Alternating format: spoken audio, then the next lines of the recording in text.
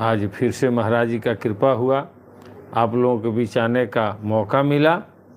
धन्य है गुरुदेव जिन्होंने मुझे इस योग्य समझा। श्री सद्गुरु भैरवनाथ भक्ति योगाश्रम खलवा का शिष्य मैं दुबे जी, रोज के भांति आज भी आप लोगों के बीच मालिक की चर्चा करने का प्रयास कर रहा हूँ। आगे मालिक की मर्जी, जैसे वो चलाएंगे वैसे चलेगा। हर शिष्य का दायित्व तो बनता है कि अपने गुरु की चर्चा करें, यही शिष्य का दायित्व है। इसलिए धीरे धीरे सारे लोग आ जाएंगे। आवाज आ रहा है उसमें?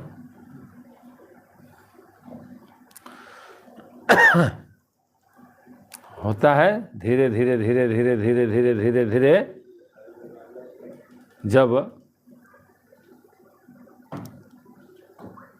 कहे है ना कि कारज धीरे होत है, काहे होत उदास, रसरी आवत जात है, सिल पर पड़े निशान। यानी नित्य अगर हम लोग करेंगे तो कहीं ना कहीं आगे चल के महाराज जी का कृपा होगा और सारे लोग सुखी संपन्न रहेंगे।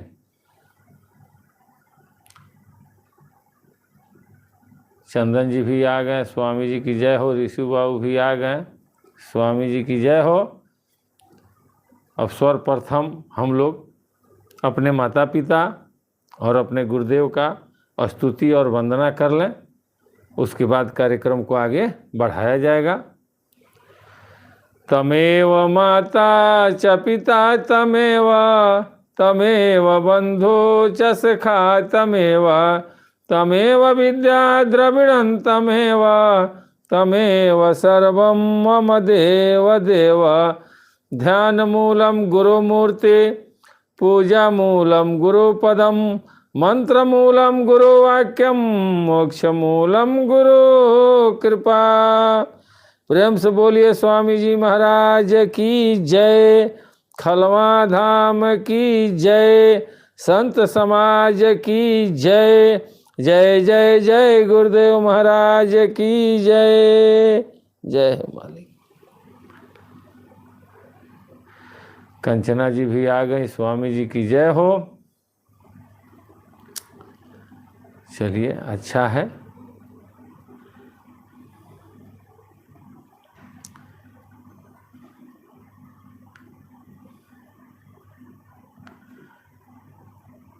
मालिक का स्मरण करना चाहिए, अपने गुरु के शरण में रहना चाहिए।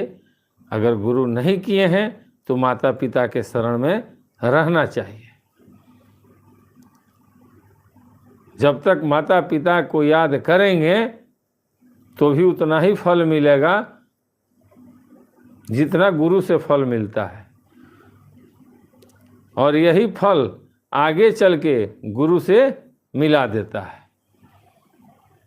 हम लोग का कर्म में तो प्रारब्ध बनता है कि हम जैसा कर्म करते हैं वो आगे चल के उसका परिणाम मिलता है, तुरंत नहीं मिलता है। ये कोई सोचे कि अभी हमने कर्म किया अभी फल मिल जाए, नहीं होगा, थोड़ा टाइम लगेगा। इसलिए कि हर चीज़ का एक समय होता है। जब आपका फल समाज में आप करेंगे, अपने अंदर करेंगे तो जाएगा, उसको मालिक बैठकर देखेंगे कि कौन सा फल किस श्रेणी में आता है, कौन सा कर्म किस श्रेणी में है। उस हिसाब से मालिक सब पर दया बरसाते हैं। जैसा जैसा जो लोग कर्म करते हैं वैसा वैसा फल मालिक दे देते हैं। कर्म करना चाहिए, संभल करके हर कर्म को करते रहिए, डरिए मत। ऐसा मत सोचिए कि हम कुछ अगर सत्कर्म कर रहे हैं तो हो सकता है कि हम गलत कर रहे हैं। ऐसा नहीं होगा। सत्कर्म में आप लग जाएंगे तो आपसे गलत होबे नहीं करेगा। इसलिए कहा गया है कि अनजाने को नरक सरग है, हरि जाने को नाही, आ जौने डर से लोग डरत है उ डर हमरो नाही। ये संत के टोली में जब जाएंगे ना तो संत महात्मा की भाषा है ये। वो लोग कहते हैं कि जिस चीज़ से संसार डरता है, ऋषि महात्मा कहते हैं उसका डर हमें नहीं है।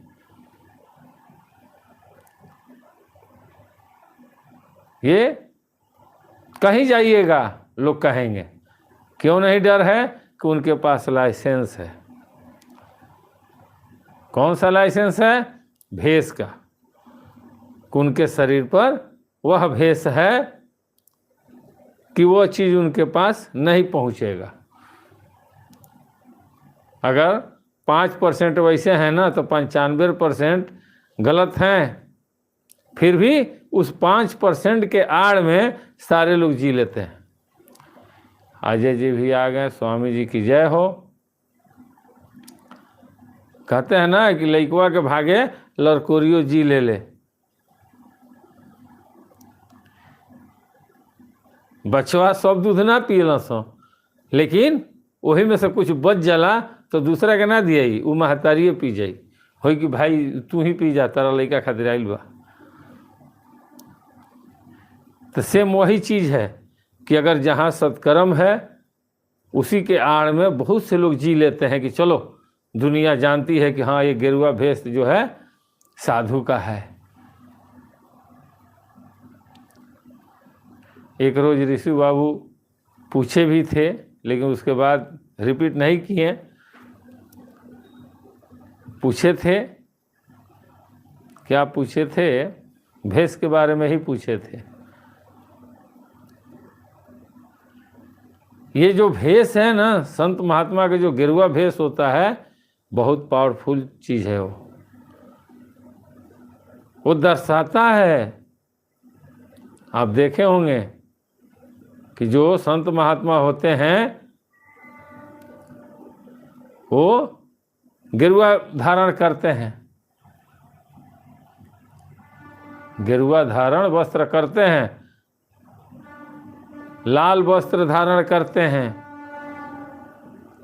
जो लोग ज़्यादा घूमने वाले हैं उनको आप देखिएगा लाल वस्त्र रखते हैं, जो उससे कम हैं वो गेरुआ में रहते हैं।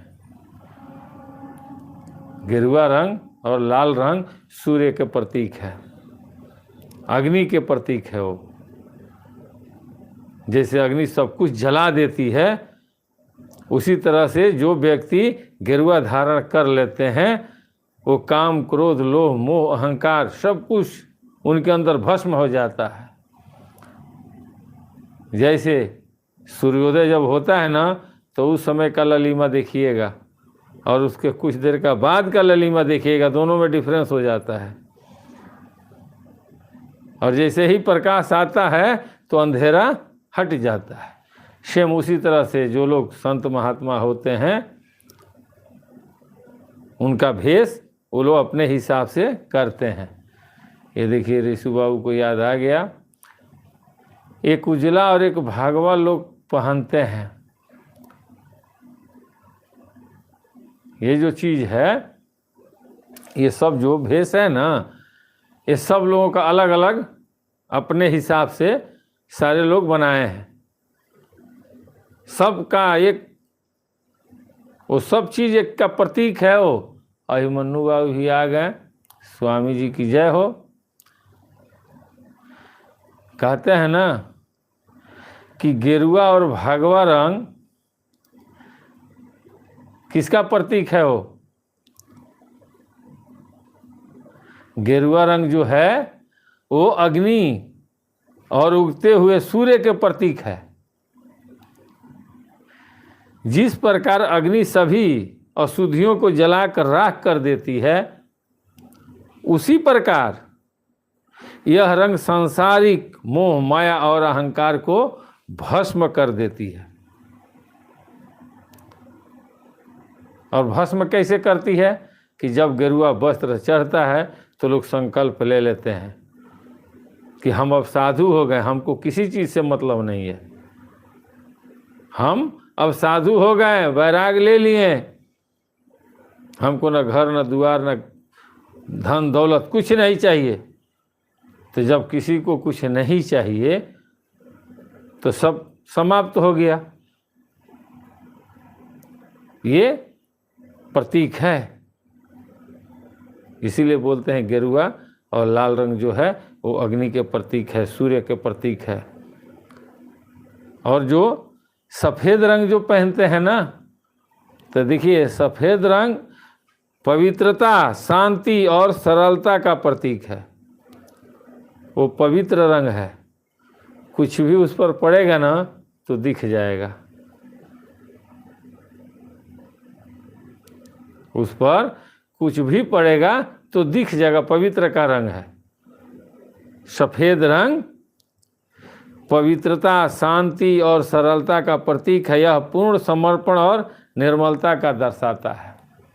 यानी कि जिनके शरीर पर वस्त्र सफ़ेद होते हैं, महात्मा जो लोग होते हैं, उसको ऐसे भी लोग कहते हैं कि परमहंस हैं,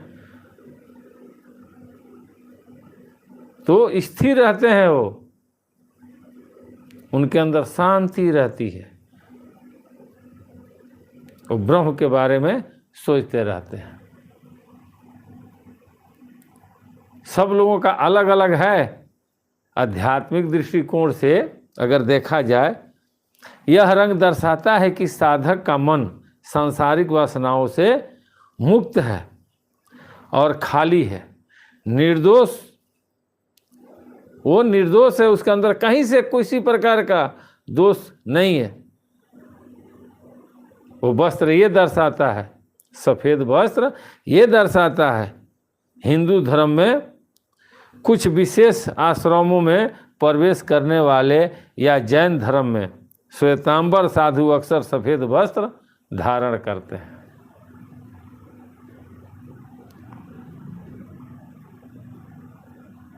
ये जैन लोग में भी ज़्यादा ये धारण होता है, सफ़ेद वस्त्र। और लाल रंग ऊर्जा, शक्ति और जीवंतता का प्रतीक है। कुछ बौद्ध परंपराओं में साधु गहरे लाल या महरूम रंग के वस्त्र पहनते हैं। यह रंग जागृति, एकाग्रता और सभी बंधनों से मुक्ति की प्रचंड इच्छा जागरूक करती है। भेषवा आसान ना हो। एक बार जब भेष चढ़ जाए ना तो समझ लीजिए कि हो गया कल्याण। साधु बहुत मिलेंगे आपको, लाखों करोड़ों में साधु मिलेंगे,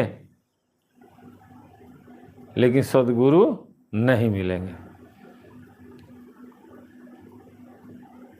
आप कहीं जाइए, किसी महात्मा का फ़ोन नंबर लीजिए, अब मोबाइल में फ़ोन कीजिए, तुरंत आ जाएगा, नाम आ जाएगा। अब सोचिए, लेकिन जो तपस्वी हैं, जो संत हैं, उनके पास कुछ नहीं मिलेगा। उनका आश्रम ही सब कुछ है। उनका जो पेपर होगा ना, वो आश्रम में होगा। आश्रम के सिवा उनके पास कुछ नहीं होगा। जो भी प्रूफ, आईडी प्रूफ होगा, वो आश्रम के ही होगा। रोहित जी भी आ गए, स्वामी जी की जय हो। और बाकी जितने लोग मिलेंगे उनका अलग होगा। ये जानना हर इंसान का दायित्व है। सुनंदा जी भी आ गई, स्वामी जी की जय हो। ये जानना जरूरी है। एक सब्जी खरीदते हैं हम लोग तो 10 बार उसके बारे में सोचते हैं कि कहीं कीड़ा सड़ाया तो नहीं है, कहीं सूख तो नहीं गया है। और जहां हम जीवन दे रहे हैं, जिनको अपना आदर्श समझ रहे हैं, जिनको अपना आदर्श भगवान मानने जा रहे हैं, हम उनके बारे में नहीं जानेंगे। हम इंसान हैं, सोचने समझने की शक्ति है, तो दायित्व तो बनता है ना कि हम जिस घराने में जाएं, हम जिस गुरु के पास भी जाते हैं, तो हम दुनिया के चक्कर में न पड़ के हम अपने चक्कर में जाने कि भाई हम कौन हैं, हमारे बारे में ये क्या बोल रहे हैं। अगर सांसारिक बातें ही समझा रहे हैं तो कहीं भी मिल जाएगा। कहीं भी सुनने को आता है कि मेहनत करेंगे तो भरपेट भोजन मिलेगा, पढ़ाई लिखाई करेंगे तो हमारे बच्चे अच्छे से परवरिश हम कर पाएंगे, बच्चों को पढ़ाई लिखाएंगे तो उनका नौकरी चाकरी होगा, बुढ़ापा का हमारा सहारा हो गया। ये प्यारे मोहन जी भी आ गए, स्वामी जी की जय हो। तो ये सब कोई जानता है, लेकिन ऐसा संत जड़ी बताए ना कि जिससे मैं हूँ, मैं अपने आप को जानूं, और जब मैं अपने आप को जानूं तो पूरा सृष्टि को मैं जान जाऊं, सारे लोग मुझसे प्रेम करें, मेरी कोई भी कार्य में कोई बाधा न पड़े। विचार कीजिए कि जिस गांव का मुखिया कोई होता है ना, हर गांव में एक मुखिया होते हैं, 2-4 गांव मिला के एक मुखिया एक पंचायत में होते हैं ना, तो मुखिया का जो साथ में रहता है, जो 24 घंटा जो उसके मेन कार्यकर्ता होते हैं, क्या वो किसी के दरवाजे पर जाएंगे तो उनको कहना पड़ेगा एक कुर्सी तो हो। ये आ गए अमर लाल जी।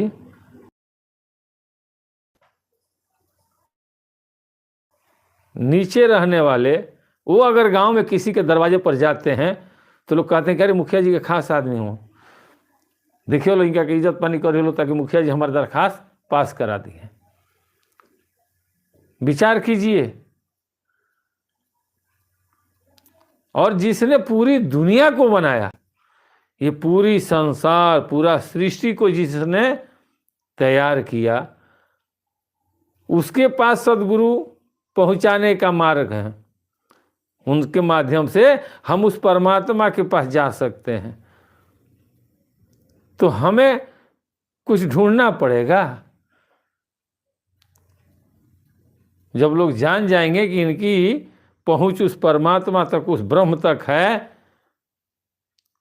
तो संसार में किसी वस्तु की जरूरत पड़ेगी? तो जो संसार का मालिक है वो तो स्वयं सब कुछ दे देगा।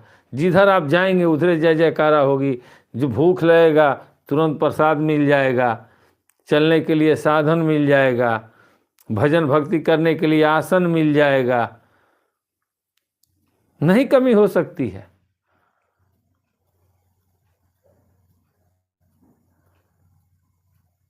लेकिन हम उसके चक्कर में न पड़ के हम क्षणिक सुख में पड़ जाते हैं कि नहीं, हमको पहले अपना कार्य करना है। अरे भाई, अपना कार्य करते रहिए, इसी में कमल के फूल के जैसे निकले हुए रहिए कि जब मौका मिले तो मालिक को याद कीजिए। है तो रात में 10 बजे से लेकर 3 बजे भोर तक आपके परिवार वाले को छोड़ देते हैं। उसके बीच में कभी समय निकालिए, उस परमात्मा से कहिए कि हम आपके पथ पर चलना चाहते हैं। कौन ऐसे घर है जिसमें पूजा पाठ नहीं होता है? एक आदमी अगर घर का मालिक कहे कि पूजा पाठ मत करो, लेकिन उस घर की औरतें अंदरे अंदर वो करती हैं, उनको नहीं पता है, लेकिन वो अंदरे अंदरे करती हैं लोग कि नहीं, वो भले नहीं मानते हैं, मत माने। इसलिए कि ये संसार है ना, सबको लेकर चलना है। अकेले आप नहीं चल सकते, अकेले चना भाड़ नहीं फोड़ सकता है। आज पूरे भारत में देखिए धीरे धीरे जातवाद फैल रहा है। सब लोग कहते हैं कि पंडित जी लो, पंडित जी लो, पंडित जी लो। ब्राह्मणवाद फैल रहा है, लोग कह रहे हैं कि नहीं, पंडित जी लोग गलत है। जबकि देखिए सारे जितने भी बड़े बड़े संत महात्मा हुए भारत में, हमने आज उस पर मंथन किया। आरती दीदी भी आ गई, स्वामी जी की जय हो। मैंने आज उस पर मंथन किया तो मैंने पाया कि 100 में 99% जो बड़े बड़े संत हैं उनके गुरु ब्राह्मण ही हैं। मैंने खोज किया कि देखते हैं शिरोमणि संत कबीर साहब, उनके गुरु कौन थे? स्वामी रामानंद जी थे। वो ब्राह्मण थे। विडंबना क्या है कि लोग कहते हैं कि साधु की जात नहीं होती है, तो फिर साधु की जात जब नहीं होती है तो साधु के आश्रम पर जातवाद क्यों होता है? वहाँ क्यों कहा जाता है कि ये छोटा है, ये बड़ा है? क्यों जरूरी है? नहीं जरूरी है भाई। मैंने आज देखा, पता किया, तो जो बड़े बड़े संत महात्मा हैं, कबीर साहब ने निराकार को पूजने के लिए कहा था। लोग क्या समझते हैं निराकार? निर्गुण। निर्गुण निराकार क्या है? वो है ही नहीं है। ऐसा नहीं है। वो वैष्णव साधु थे कबीर साहब। रामानंद जी, स्वामी रामानंद वैष्णव साधु थे। इतिहास पढ़िए। हम लोगों में जो अद्वैतानंद जी थे वो भी ब्राह्मण थे, पाठक कुल से थे। तो जो पहले जितने लोग जो भी ब्राह्मण कुल से है, आप कहीं पे उंगली नहीं देखेंगे। जितने लोग ब्राह्मण के शिष्य हैं उनको भटकते हुए नहीं देखिएगा। इतिहास गवाह है।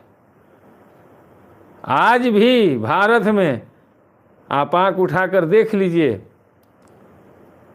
पता कर लीजिए कि जो लोग हैं वो ब्राह्मण हैं, तो आज भी उनके पीछे शब्द, इसलिए कि वो जानते हैं वो किसी का अनहित नहीं सोच सकते हैं। वो भिक्षाटन करके पेट भर लेंगे। ऐसा नहीं है कि ब्राह्मण में सब ब्राह्मण ही अच्छे हैं, उसमें भी गलत हैं लोग।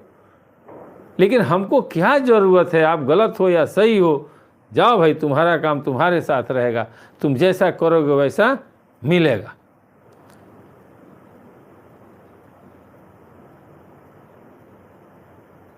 ये जरूरी चीज़ है।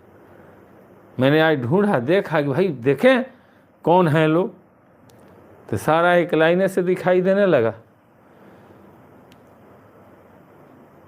लेकिन अभी तक कोई उंगली उठाने वाला नहीं मिला। और बहुत ऐसे संत महात्मा हुए जिन पर उंगली उठ गया। इसीलिए श्री सद्गुरु भैवनम भक्ति योगाश्रम खलवा के शिष्य दुबे जी कहते हैं कि नकल के लिए अक्ल की जरूरत पड़ती है, और अक्ल के लिए अच्छा समाज चाहिए। अच्छा समाज के लिए संस्कार चाहिए। अच्छे समाज में रहेंगे, अच्छा बुद्धि होगा, अच्छा लोग मिलेंगे जिनकी सोच अच्छी होगी, जो संस्कार में होंगे। गलत के साथ रहिएगा, कम बुद्धि वाले के साथ रहिएगा, कम बुद्धि मिलेगा।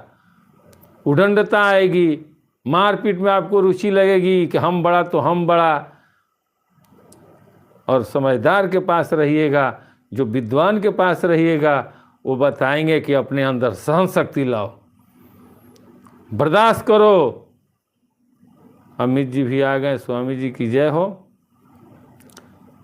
बर्दाश्त करो, वो बार बार सिखलाएंगे कि जहाँ दया तहाँ धर्म है, जहाँ लोभ वहाँ पाप। यानी तुमको ये लोभ हो रहा है कि मेरी बेइज्जती हो रही है, तुम्हें क्रोध आ रहा है, इस दोहा को याद कर लो कि जहाँ दया तहाँ धर्म है, जहाँ लोभ वहाँ पाप, और जहाँ क्रोध वहाँ काल है, जहाँ क्षमा वहाँ आप। अगर क्षमा करने के ढंग अगर सीख गए तो तुम मेरे शिष्य हो गए। महाराज जी भी कहा कि हो अनहिया आवेला तो आइले ना रहला। जब आन्ही आवे नू तो मूड़ी गाड़ के जमीन के सहारा ले लेवे के चाहिए हो। अनहिया अपने मने शांत हो जाई। और वही में जरा समझ में आई कि ना हम आन्ही से लड़ ले, तो अनहिया उनका के तूर ले जाई। इतना ही के तो अंतर बा। बुद्धिमान में, समझदार में और ना समझ में इतना ही का फर्क है कि समझदार मनन करता है, सोचता है, विचारता है, तब वो कुछ एक्शन लेगा, और ना समझ तुरंत एक्शन ले लेगा और बाद में अफसोस करेगा कि हमसे गलती हो गई। मैंने देखा, मैंने कहा क्या बात है। और सारे जितने लोग हैं अभी तक मैंने देखा, सब लोग ब्राह्मण कुल से ही हैं। इसलिए जो भी हैं, अगर वो ब्राह्मण हैं, ब्राह्मण कुल से हैं, हमसे बड़े हैं, तो हमारा काम है कि भाई नहीं कुछ दे सकते हैं तो उनको उल्टा सीधा नहीं बोलेंगे, किसी को भी नहीं बोलेंगे, किसी जाति का हो। अगर हम उनको अच्छा नहीं कह सकते हैं तो हम उनका बुराई भी नहीं करेंगे। झुंड से मतलब नहीं है, झुंड खाने को नहीं देगा। इतना याद रखिए, आपका कर्म ही आपको भोजन देगा। लोग भोजन नहीं देंगे। आपका कर्म अगर खराब हो जाएगा तो कर्म अच्छा रहेगा, भोजन स्वयं परमात्मा आपको भेजेंगे किसी न किसी माध्यम से। ये जरूरी चीज है।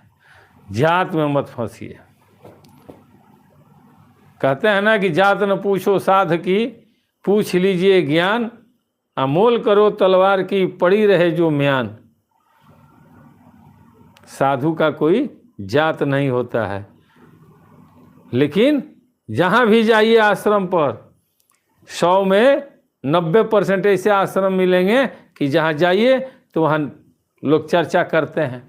कहाँ घरवा पढ़ी, क्या नाम अपन पढ़ी? हाँ तो फलाना पंडित। अच्छा पंडित जी बनी बाबा प्रणाम। क्या नाम पढ़ी? हाँ तो दयाल चौधरी। अच्छा चौधरी जी, राम राम राम राम। ये हर जगह है, लेकिन किसी के पास ये विवेक नहीं आता है कि हमको जात से क्या लेना देना है, इनके नाम से क्या मतलब है, ये कहाँ के हैं, ये हमसे क्या लेना देना है।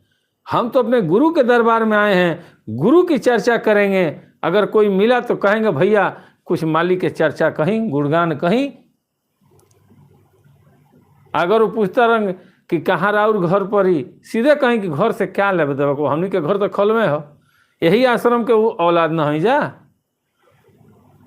अरे यही आश्रम पर और पहले जन्म भइल, हमार बाद में जन्म भइल, या हमार पहले भइल और बाद में भइल, तब न वहाँ जात नहीं रहेगा। जो सुनेगा वही बोलेगा कि भाई वहाँ नाम उम नहीं पूछा जाता है, वहाँ तो खाली मालिक की चर्चा होती है। कितने आश्रम पर जाइएगा, जाइए, 90% ऐसा ही होता है। 10% वो आश्रम है कि जहाँ सिर्फ गुरु की चर्चा होती है। हमारे महाराज जी ऐसे थे, उनकी महिमा ऐसी है, भजन ऐसे करना चाहिए। रामायण गीता में 1-2 चौपाई लेकर के लोग उस पर चर्चा करते हैं। बहुत कम ऐसा आश्रम मिलेगा जहाँ ऐसी चर्चा हो। ये होनी चाहिए और यही होगा। आने दीजिए, समय आएगा, एक समय आएगा कि जब खाली भजने भजन होगा, जोग होगा, जुक्ति होगा,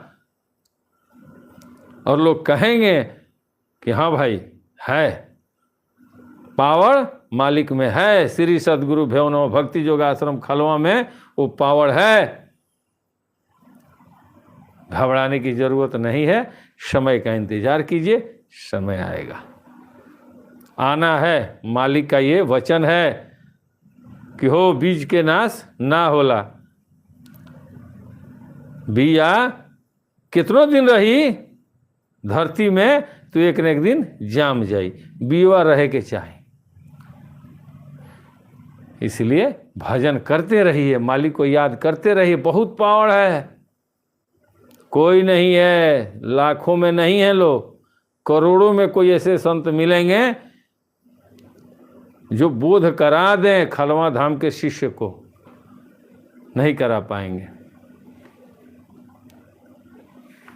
सब शिष्य नहीं, लेकिन कुछ शिष्य हैं कि जिनको बोध कोई नहीं। कहना पड़ेगा कि नहीं आप पूर्ण संत के शरण में हैं। खाली कह दीजिए ना कि महाराज जी तनी नंबरवा अपन दे, हम हमारी फोन 2 कलर में देखिए, पता चल जाएगा। तो पूछिए ना कि आप तो साधु हो गए हैं, आप तो संन्यास ले लिए हैं, फिर घर का नाम लेकर क्यों चल रहे हैं भाई? माँ बाप का नाम लेकर क्यों चल रहे हैं? लेकिन ये वो लोग नहीं करते हैं, जो बड़े बड़े संत महात्मा हैं उनका सब चेंज हो जाता है, सीधे बोलते हैं कि कुछ नहीं चाहिए, हम तो बैराग हुए। उनके गुरु के दिए हुए नाम से वो लोग जाने जाते हैं। देखिए रामेश्वर जी भी आ गए, स्वामी जी की जय हो। चलिए अच्छा है, ये जरूरी चीज है।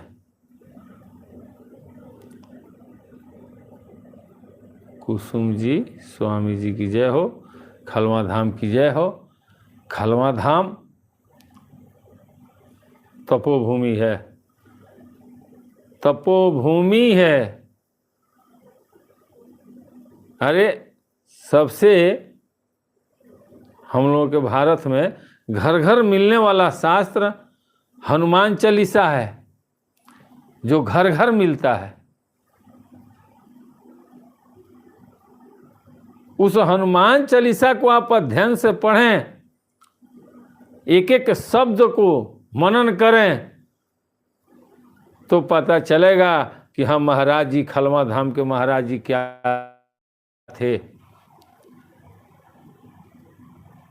लेकिन जब आप पढ़ने जाएंगे तो कुछ ऐसे शिष्य कहेंगे, अरे क्या ये किताब फिताब पढ़त रहो, इना पढ़े के चाहिए, देवी देवता की बात मत करो। दो चार वो लोग ऐसे हैं, सब नहीं है। लेकिन जब आप मनन करेंगे हनुमान चालीसा, उसमें जब आप गहराई में प्रवेश करेंगे तो आपको महसूस होगा कि वास्तव में महाराज जी में क्या था, उन्होंने क्या दिया है। टोटल हनुमान चालीसा का हर एक वस्तु दिखाई देता है। सुरेश जी भी आ गए, स्वामी जी की जय हो।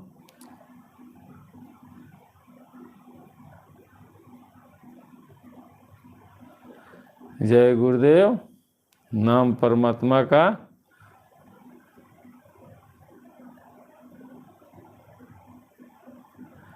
चलिए अच्छा है, ये जरूरी चीज है।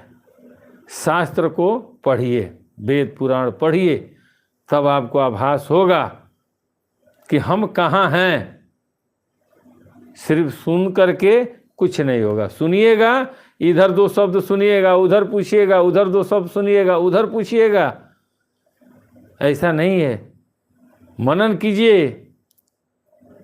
कोई ऐसे कथावाचक नहीं है कि जो शास्त्र से न बोलते हों, सारे लोग शास्त्र से बोलते हैं। तो आपके पास भी समय निकालिए कि जब हम आश्रम पर जाने के लिए 24 घंटा निकाल सकते हैं, 10 दिन पहले से तैयारी कर सकते हैं, तो हम तो थोड़ा 10 दिन बैठ करके कोई शास्त्र को पढ़ें, रामायण, गीता, वेद, पुराण पढ़ें। उसमें कहीं ऐसा तो नहीं है कि जो हम ढूंढने जा रहे हैं वो यहीं पे है। और जब उसको पढ़ेंगे और तब जाएंगे ना, और सामने स्टेज पर मंच पर बैठ करके और जब कोई प्रवचन कहेंगे तो कहाँ से कहेंगे? उसी शास्त्र से कहेंगे। और आप पढ़े हैं तो जैसे उनकी वाणी निकलेगी तो उसके आगे और पीछे तो आपको मालूम है, सब सुनेंगे। और लास्ट में जो प्रिय अनुयायी होंगे उनसे आप पूछेंगे ना कि सरकार अभी तक जितना प्रवचन हुआ है तो सब शास्त्र में मिल जाता है, लेकिन इसका आधार कहाँ है? थोड़ा इसका आधार चाहिए, इसलिए कि हम अपने घर से इतना दूर चल के आए हैं। तब वो बोलेंगे कि देखो भाई, अगर आधार पर जाना है तो भजन भक्ति करो। तो पूछिए कितना दिन करें? 2 महीना, 4 महीना, 6 महीना, साल भर, 2 साल, 4 साल, एक टाइमिंग है। हर चीज का एक लिमिट है। ऐसा नहीं है कि करते करते मर जाइएगा। ऐसी भक्ति नहीं चाहिए कि हम भक्ति करते करते मृत्यु को प्राप्त हो जाए। फायदा क्या है उस भक्ति से? सोचिए। तो भक्तिया से तो बड़ा जमराज न है कि वो आकर पकड़ कर लेकर चले जाएंगे। तो हम भक्तियां ना करके जमराजे का नहीं पूजवा करेंगे कि भैया आप ही का पूजा कर रहे हैं, ले चलिए आप हमको जहां ले चलना है। महाराज जी कहब कि हो जे नमुआ के अगर जान ली ओकरा के जमराज छुएला हो, वो अपना इच्छा से जाई। 2 तरह का जाना होता है, सुने हैं ना? कि आया है सो जाएगा, राजा रंक फकीर, कोई सिंहासन चढ़ चला, कोई बंधा जंजीर। तो सिंहासन चढ़ कौन चला? ये लिखे हैं ना, कहीं तो शास्त्र का चीज है दोहा। सिंहासन चढ़ के कौन गया था? ध्रुव गए थे। जमराज को, काल को रथ के नीचे ऐसे लेटना पड़ा कि प्रभु आपका चरण हमारे पीठ पर हो, आप चढ़ जाइए। अगर आप हमारे बगैर स्पर्श किए जाते हैं तो मैं दोष का भागी बन जाऊंगा और परमात्मा हमें नहीं छोड़ेंगे। तो मैं आपको स्पर्श कर नहीं सकता हूँ, इतना ना तेज है आप में कि मैं छूंगा तो जल जाऊंगा। तो आप ही कृपया करके हमारे ऊपर कदम रख करके रथ पर चले जाइए। और ध्रुव जी कहे थे, तो कोई सिंहासन चढ़ चला आ कोई बंधा जंजीर। यानी कोई ऐसा भी जीव होता है जिसको जमराज पकड़ के जब खींचते हैं ना, तो जैसे लगता है कि अरे प्राण निकल गया। 2 हुमच्चा 3 हुमच्चा खींचते हैं, वो जाना नहीं चाहता है, खींच करके लेकर जाते हैं। तो भक्ति ऐसा कीजिए कि अपने मर्जी से जाएं। आप अपने मर्जी से जाएंगे ना तो आप में पावर रहेगा, इत्मीनान से चलते हुए जाएंगे उस बैकुंठ में, आराम से जाएंगे। और नहीं भजन भक्ति करेंगे और उस परम तत्व को नहीं जानेंगे तो वही होगा, जमराज खींच कर ले जाएंगे। इसीलिए सबसे जरूरी है भजन भक्ति करते रहिए। और जिनको अगर बहुत से लोग कहेंगे कि दुबे जी ऐसे कहते हैं, तो उनको भेंट कराइएगा, उनके समझ में आ जाएगा कि हाँ बात तो सही है। आप जो कह रहे हैं अगर उस तरह से होगा तो निश्चित है कि आदमी को जमराज काल नहीं छू सकता है। अरे जब हम भगवान का स्तुति कर रहे हैं, गुरु के माध्यम से हम चल रहे हैं, इसीलिए न चल रहे हैं कि हमारी जो ये शरीर है, हमारे शरीर के अंदर जो जीव आत्मा है, वो परमात्मा में जाने के लिए उसको पावर में दे रहा हूँ गुरु के माध्यम से, और उस आत्मा को जमराज लेकर चले जाएंगे। इसका मतलब क्या हुआ? लेकर चला जाएगा, हमको नहीं जाएगा। उस नाम में वो पावर है कि आत्मा पावर में आ जाएगी। आत्मा को जब भोजन मिलना स्टार्ट होगा तो आत्मा जागरूक हो जाएगी और पूरे शरीर को भी वो कंट्रोल करेगी, और प्लस पूरी प्राकृतिक उसके सानिध्य रहेगी कि यह परमात्मा के पास जाने वाला है, इसको कोई कमी न हो। न तो मेरी शिकायत वहाँ जब ये करेगा ये आत्मा, तो परमात्मा सबको हो सकता है कि बुला लें अपने पास। इसलिए प्राकृतिक भी उस आत्मा को मदद करती है, शरीर की मदद करती है, हर साधन उपलब्ध कराती है कि इसको भजन भक्ति में, भोजन में किसी प्रकार का कोई कमी ना हो, हर चीज़ देते रहो। इसका जब इच्छा होगा जाएगा। उसी को कहते हैं मुक्ति। मुक्ति कोई और नहीं है, मरने के बाद मुक्ति मिलेगी। ये कहा जाता है ना कि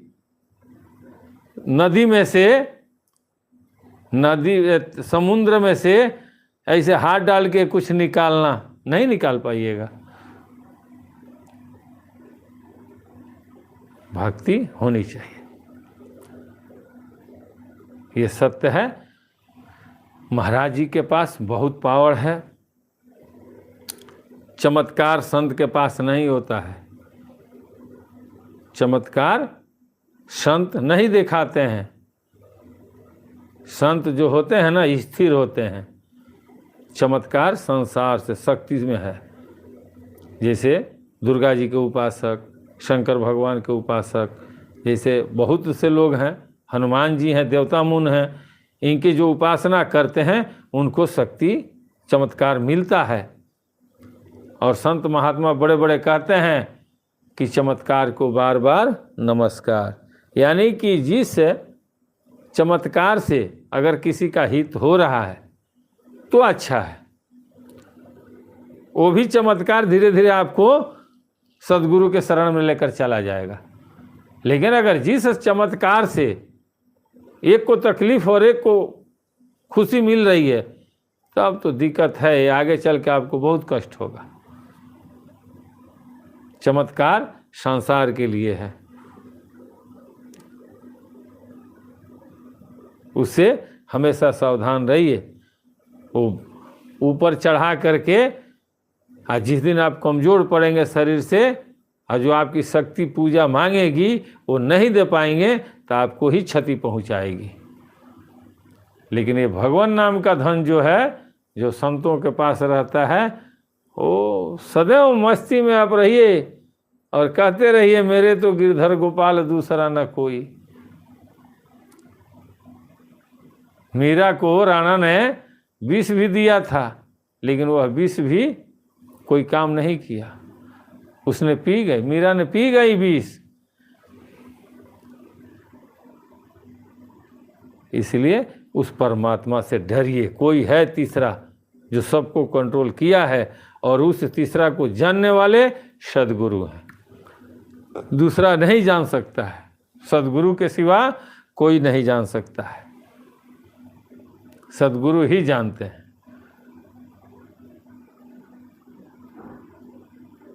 नाम अलग अलग रखे हैं लोग, लेकिन सब लोगों का एक ही सिद्धांत है कि सदगुरु बनना है। तभी ना कहेंगे कि सदगुरु वैद वचन विश्वासा।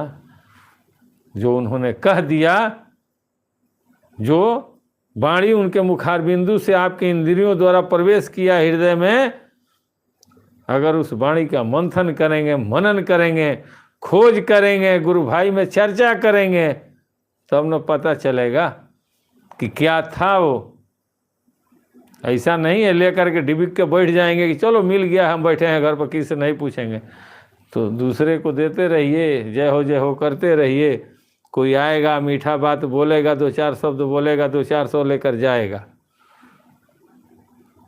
और नहीं दीजिएगा तो दोबारा 1-2 बार फिर आएगा चांस में कि चलो हो सकता है इस बार देगा। उसके उस बार भी नहीं दीजिएगा, फिर तिबारा आएगा, तिबारा भी कुछ नहीं देते हैं ना, तो चौथा बार आपके दरवाजे पर वो नहीं आएगा। इसलिए कि उसको कुछ चाहिए आपसे। लेकिन जो सदगुरु होते हैं वो कहते हैं कि मुझको तू क्या देगा, तेरे पास है ही क्या। न धन तेरा है, न मन तुम्हारे बस में है, और न ये तने तेरा है। मुझे तो तेरी आत्मा चाहिए, इसलिए कि आत्मा का भोजन मेरे पास है। मैं जो देता हूँ वो आत्मा का भोजन है। जब आत्मा संतुष्ट तो पूरा शरीर संतुष्ट। मन पर काबू आत्मा से ही पाया, चेतना से ही पाया जाता है। उनको आप कुछ भी नहीं देंगे, फिर भी वो आपको अपना शिष्य बना लेते हैं। लेकिन संसार में देख लीजिए, और लोग आते हैं, गाँव ही में देख लीजिए, है लोग ना कि अगर दक्षिणा न दीजिए तो लोग नहीं आएंगे, कहेंगे क्या कौन जाएगा वहाँ। अरे हजाम को अगर कपड़ा न दीजिए बढ़िया तो ब्याह में वो भी अगला साल बोलता है कि हम नहीं आ पाएंगे बाबा। पंडित जी को दक्षिणा मत दीजिए, देखिए वो भी नहीं आएंगे। बढ़ई को अगर पीढ़ा का उसके मुँह मांगा पैसा नहीं देते हैं तो वो भी बना के नहीं देगा। सबको भाई स्वार्थ है। स्वार्थ लागी करी सब प्रीति, असुर नर मुनि के यही सब रीति। एक वही है जिनको स्वार्थ है, लेकिन किसका स्वार्थ है कि हमारे बताए हुए मार्ग पर चलते हुए जीवात्मा उस परम धाम को चला जाए, ताकि मेरा भी यहाँ आने का क्या कहते हैं उसको, यहाँ आने का प्राप्ति हो जाए कि चलो मैं यहाँ आया तो यहाँ से मेरे चलते जितना जीव का कल्याण हुआ। ये चाहते हैं सदगुरु। वो कभी नहीं चाहते हैं कि हमारे पास धन दौलत रहे। एक एक आश्रम ऐसा है ना कि लोग राजा बन के बैठे हैं, राजा बन गए हैं लाखों करोड़ों, लेकिन वहाँ के महात्मा से पूछिए, वो बोलते हैं अरे कुछ नहीं, वो जिसका था वो ले गया, ले जाने दो। आज भी गोपालगंज जिला में एक आध गो आश्रम है कि जाइएगा तो लोग कहेंगे कि महाराज जी कहते हो धनवा ओकरे न रोल ले जाए दो, का हुई हो हम धन खातिर साधु बनल रहनी, हम तो परमात्मा खातिर साधु बनल बनी हो, जीव के कल्याण करे खातिर साधु बनल बनी। अब ये देखिए कुसुम जी क्या लिख रही हैं, गुरु ब्रह्मा गुरु विष्णु गुरु देव महेश्वर गुरु साक्षात परम ब्रह्म तस्मै श्री गुरुवे नमः। ये जो स्तुति है ये लास्ट है कुसुम दीदी, यह जो स्तुति है ये लास्ट स्तुति है। ये स्तुति करने, ये वंदना करने के लिए उतना पावर चाहिए। इतना दिन से सत्संग हो रहा है, हमने शुरू में ही बता दिया था, अभी तक इतने लोग आते हैं, 5 महीना पूरा होने जा रहा है। अब अभी तक ये वंदना हम लोग नहीं करते हैं, शुरू में हमने बताया था, इसलिए कि इस वंदना में साफ लिखा है गुरु साक्षात पार ब्रह्म तस्मै श्री गुरुवे नमः। तो उस योग्य बनेंगे तब न वहाँ जाएंगे। उस योग्य बनने के लिए नीचे का गुरु वंदना जरूरी है और माता पिता की स्तुति ये जरूरी है, ये सबसे जरूरी है। ये वंदना जो है ये लास्ट पोजीशन का है। ये वैराग में जब आप चले जाएंगे, स्थिर हो जाएंगे, जब आपको कुछ नहीं चाहिए, उस परम तत्व को पा लेंगे और आवागमन से जब मुक्त होंगे ना, उस समय ये चौपाई, ये दोहा आएगा, वंदना उस समय आता है। 3 ही न वंदनवा है। सर्वप्रथम वंदना हम लोगों को प्रार्थना जब कराया जाता था, बच्चे थे स्कूल में, तो सर्वप्रथम प्रार्थना कौन होता था? तमेव माता च पिता तमेव तमेव बंधु चस्खा तमेव तमेव विद्या द्रविणम तमेव तमेव सर्वम मम देव देव। ये हर इंसान के जीवन में पहला प्रार्थना होता है, यानी माता पिता के लिए होता है। और जब उससे बड़े होते हैं, जब ज्ञान कुछ बढ़ता है, तब हम लोग गुरु के शरण में जाते हैं। तो वहाँ आता है कि ध्यान मूलम गुरु मूर्ति, कहते हैं गुरु के स्वरूप को ध्यान दो और उनके चरणों पर ध्यान दो। गुरु ध्यान मूलम गुरु मूर्ति, पूजा मूलम गुरु पदम, मंत्र मूलम गुरु वाक्य, मोक्ष मूलम गुरु कृपा। तो जब गुरु के कृपा से आप मुक्ति को प्राप्त होंगे तो आपके अंदर वैराग आएगा ना। गुरु के शरण में जाएंगे तो आपको भक्ति आएगी, भक्ति करना सीख लेंगे। तो भक्ति जब करेंगे, भक्ति अब पूर्ण होने जा रही है, तो तुरंत वो योग युक्ति में प्रवेश करा देंगे। और योग युक्ति में जब आप प्रवेश करेंगे तो आपको अपने आप वैराग होना स्टार्ट हो जाएगा। और जब वैराग हो जाएगा तो ये 2 चीज नीचे रह जाएगा, भक्ति और ज्ञान, ये नीचे हो जाएगा और वैराग आपका सबसे सर्वोपरि हो। तब उस समय आप कौन बनेंगे? गुरुदेव सीधे बोलेंगे कि अब तुम जोगी बन जाओ। तो वहाँ पे ये वंदना होता है, इसलिए जोगी के बाद सीधे पार ब्रह्म में जाना है, इधर नहीं रहना है। तो हर चीज़ के लिए बनाया गया है, ये उस परमात्मा के लिए है जो ब्रह्म है, और गुरु के लिए हम लोग नित्य करते हैं, माता पिता के लिए हम लोग नित्य करते हैं।